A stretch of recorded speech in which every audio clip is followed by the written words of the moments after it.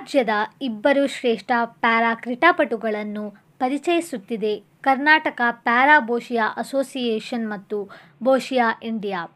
Karnataka para ಬೋಶಿಯಾ ಸಂಸ್ಥೆ ಮತ್ತು ಬೋಶಿಯಾ India ಸಹಯೋಗದೊಂದಿಗೆ ಭಾನುವಾರ ಬೆಂಗಳೂರಿನ ಐಟಿಸಿ ವಿನ್ಸರ್ನಲ್ಲಿ ಬೋಶಿಯಾ ಕ್ರೀಡೆಯ ಕುರಿತು ಜಾಗೃತಿ ಮೂಡಿಸಲು ಮತ್ತು ಪ್ರಾತ್ಯಕ್ಷಿಕೆ ನೀಡಲು ವಿಶೇಷ ಕಾರ್ಯಕ್ರಮ ಆಯೋಜಿಸಲಾಗಿತ್ತು. ತೀವ್ರ ದೈಹಿಕ ಅಸಾಮರ್ಥ್ಯವುಳ್ಳ ಕ್ರೀಡಾಪಟುಗಳಿಗೆ ಅನುಕೂಲವಾಗಿರುವ ಈ ಕ್ರೀಡೆಯು ಪ್ಯಾರಾಲಿಂಪಿಕ್ ಕ್ರೀಡೆಯಾಗಿ ಮಾನ್ಯತೆ ಪಡೆದಿದೆ.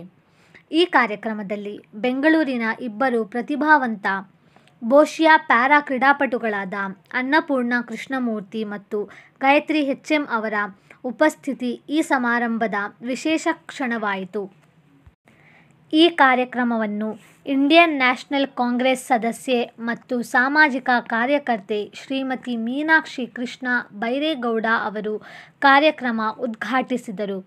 ಕರ್ನಾಟಕ ರಾಜ್ಯ ಪ್ಯಾರಾ ಬೋಶಿಯಾ ಅಸೋಸಿಯೇಷನ್ನ ರಾಜ್ಯಾಧ್ಯಕ್ಷರಾದ Shrimati Shikha Dada, boccia sports federation of ಇಂಡಿಯಾದ ಅಧ್ಯಕ್ಷರಾದ ಶ್ರೀ ಅಶೋಕ್ ಬೇಡಿ, ಐಆರ್ಎಎಸ್ನ ಶ್ರೀಮತಿ ಕಮಲಾಪ್ರಿಯಾ, ಮಣಿಪಾಲ್ ಆಸ್ಪತ್ರೆಯ ಉಪಾಧ್ಯಕ್ಷರಾದ ಡಾಕ್ಟರ್ ಸತ್ಯನಾರಾಯಣ್ ಮೈಸೂರು, ನಟ ಶ್ರೀ ಜಯಪ್ರಕಾಶ್ ಮತ್ತು ಜೈನ್ ಆಸ್ಪತ್ರೆಯ ಟ್ರಸ್ಟಿ ಶ್ರೀ ಅಶೋಕ್ ರಾಂಕಾ ಉಪಸ್ಥಿತರಿದ್ದರು. ರಾಜ್ಯಾದ್ಯಂತ 60ಕ್ಕೂ ಹೆಚ್ಚು ಪ್ಯಾರಾ ಕ್ರೀಡಾಪಟುಗಳು ಕಾರ್ಯಕ್ರಮದಲ್ಲಿ ಭಾಗವಹಿಸಿದರು.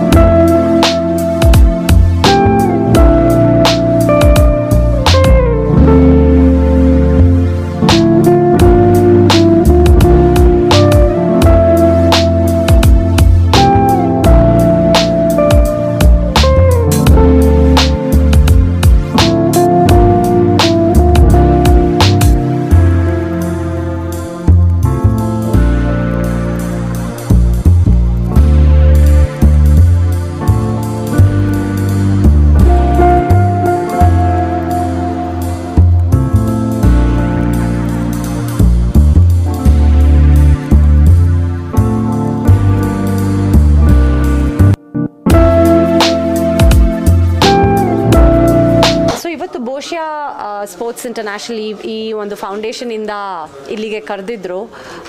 ಇದ್ರ ಬಗ್ಗೆ ಜಾಸ್ತಿ ಮಾಹಿತಿ ಇಲ್ಲದೇ ಇದ್ರೂ ಸ್ವಲ್ಪ ತಿಳ್ಕೊಂಡು ಬಂದಿದ್ದೆ. ಸೊ ಇದು ನಮ್ಮ ಅಂಗವಿಕಲರ ಮಕ್ಕಳಿಗೆ ಒಂದು ನಡೆಸ್ತಾ ಇರುವಂಥ ಒಂದು ಫೌಂಡೇಶನ್ನು ಸ್ಪೋರ್ಟ್ಸಲ್ಲಿ.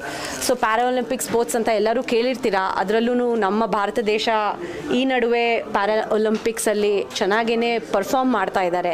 ಸೊ ಇಂಥ ಒಂದು ಫೌಂಡೇಶನ್ನು ಈ ಮಕ್ಕಳಿಗೆ ಪ್ರೋತ್ಸಾಹ ಕೊಟ್ಟು, ಸ್ಫೂರ್ತಿ ಕೊಟ್ಟು, ಅವರಿಗೆ ಸಪೋರ್ಟ್ ಕೊಟ್ಟು ಬಹುಶಃ ಸ್ಪೋರ್ಟಲ್ಲಿ ಇವರಿಗೆ ಕಾಂಪಿಟೇಟಿವ್ ಆಗಿ ಆಟ ಆಡಿಸೋದಕ್ಕೆ ತುಂಬಾ ಪ್ರಯತ್ನ ಪಡ್ತಾ ಇದ್ದಾರೆ. ನಿಮಗೆಲ್ಲ ಗೊತ್ತಿರಂಗೆ ಸಾಧಾರಣ ಮಕ್ಕಳಿಗೆ ಆಪರ್ಚುನಿಟೀಸು ಇಲ್ಲಿ ಅಲ್ಲಿ ಎಲ್ಲ ಕಡೆ ಸಿಗುತ್ತೆ. ಬಟ್ ಇಂಥ ಸ್ಪೆಷಲ್ ಚಿಲ್ಡ್ರನ್ಗೆ, ಡಿಫ್ರೆಂಟ್ಲಿ ಏಬಲ್ಡ್ ಚಿಲ್ಡ್ರನ್ಗೆ ಎಲ್ಲೋ ಒಂದು ಕಡೆ ನಮ್ಮ ಕಡೆಯಿಂದ ಮತ್ತು ಸಮಾಜದ ಕಡೆಯಿಂದ ಈ ರೀತಿ ಪ್ರೋತ್ಸಾಹ ಕೊಟ್ಟರೆ ಇದೆಲ್ಲ ಸಾಧ್ಯ ಆಗೋದು. ಸೊ ಅದರಿಂದ ನಾನು ಬಹುಶಃ ಅಸೋಸಿಯೇಷನ್ ಅವರಿಗೆ, ಫೆಡರೇಷನ್ ಅವರಿಗೆ ನನ್ನ ಒಂದು ವಂದನೆಗಳನ್ನ ಹೇಳ್ತಾ, ಈ ಪ್ರೋಗ್ರಾಮು ಮತ್ತು ಈ ಒಂದು ಟ್ರೈನಿಂಗ್ ಕ್ಯಾಂಪು ಬೆಂಗಳೂರಲ್ಲಿ ನಡೀತಾ ಇದೆ ಕಂಠೀರವ ಸ್ಟೇಡಿಯಮಲ್ಲಿ, ಚೆನ್ನಾಗಾಗಲಿ ಅಂತ ಹಾರೈಸ್ತಾ ನಮ್ಮ ಸಪೋರ್ಟು ನಿಮ್ಮ ಜೊತೆಗಿದೆ ಅಂತ ಹೇಳೋಕ್ಕೆ ಇಷ್ಟಪಡ್ತೀನಿ. Thank you. This event is all about awareness and training camp for our Boccia players in Karnataka. And this Boccia sports has started in India from past 8 years. And okay, so my goal and vision is to bring more and more awareness and bring in more players in and around Karnataka from different districts and support them and help them. So we are bringing in more awareness, creating that. This is the first step towards it. 10 years of hard work and association formed in Delhi, and we are spreading across. So this is the entire event is all about that, and we are hoping that we come in World Boccia in within 50. Now we are at number 85. We have 2 star players in Karnataka. One is Gayatri and one is Annapurna. We are here to support them and more other players. Looking forward to support from everyone, and that's the event all about. ನನ್ನ ಹೆಸರು ಅನ್ನಪೂರ್ಣ ಅಂದ್ಬಿಟ್ಟು. ನಾನು international para boccia BC4 category athletic ನಾನು. So ಇಲ್ಲಿ ಬಂದು ಇದು program ತುಂಬ ಇಷ್ಟ ಆಯಿತು. ಯಾಕಂದರೆ ಯಾವುದೋ ಒಂದು ಏನು ಅವೇರ್ನೆಸ್ ಮಾಡಬೇಕು ಬೋಷಿಯಾ ಬಗ್ಗೆ ಅಂದ್ಬಿಟ್ಟು ಈ ಕಾರ್ಯಕ್ರಮನ ಮಾಡ್ತಾಯಿದ್ದಾರೆ.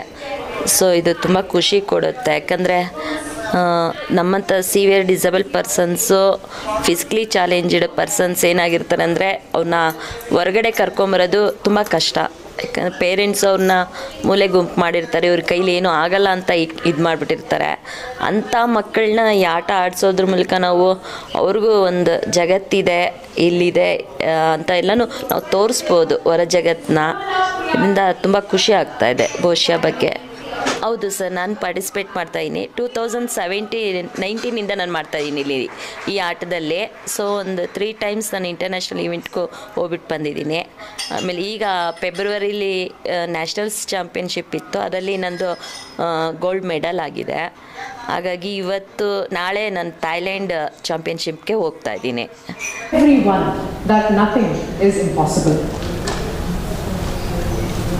To all the athletes present here, your journey, each one of your journey is very powerful.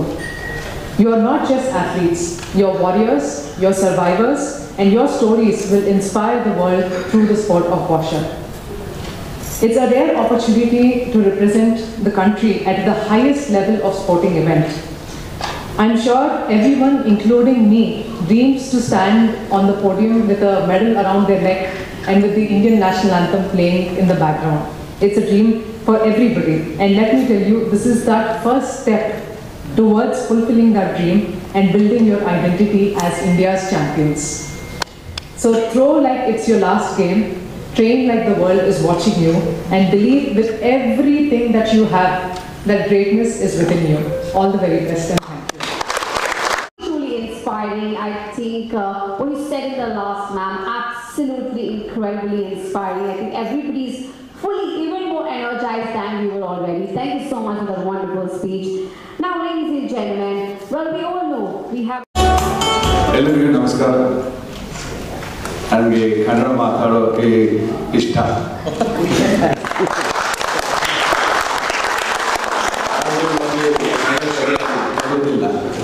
so I'll shift to English. I just learned a few lines this morning. I'm part of the South Indian film industry, but I'm not aware how popular I'm here. But I'm more popular in Telugu and Tamil and some in Malayalam. But then it's an honor for me to be part of this wonderful morning. Sports, according to me, is like, in my school days, I'm a good chaser. In every race, I'll be the last. And all will be afraid of me and running in front of me. So, but then I never give up. I don't mind chaser, and I keep chasing them in 50 meters or 100 meters. In my opinion, whether win or lose, to get into that participation is a bigger quality. You know, to prepare yourself mentally and physically, be there and try your best. You win, great. If you lose, no mind, you'll try again. That's how I kept going in my school days. And my favorite sport after that was shuttle badminton. Though India is so addicted and we are all addicted to cricket, I never played much of it during my school days. I was just playing on the road with my friends and things like that. But when I see you all here, you know, to come to this level, to prepare yourselves and to compete with the rest of the country, it's something remarkable. It is not only you. I understand your families must be giving all their very best to support your dream and vision to bring you all to this level. And this committee is, you know, they are working hard, bring everyone together, give this and giving a training before the event starts. It's such a heartening thing. I'm truly glad to be part of this morning amongst you all. And thank the Bosya committee having invited me this morning to be with you all. And it's a pleasure. And I cherish this morning forever. Thank you all so much, and my best wishes. Words in Kerala. Reason, a lot of my athletes are from localities. Today, para sports is a very tough game, Bosya.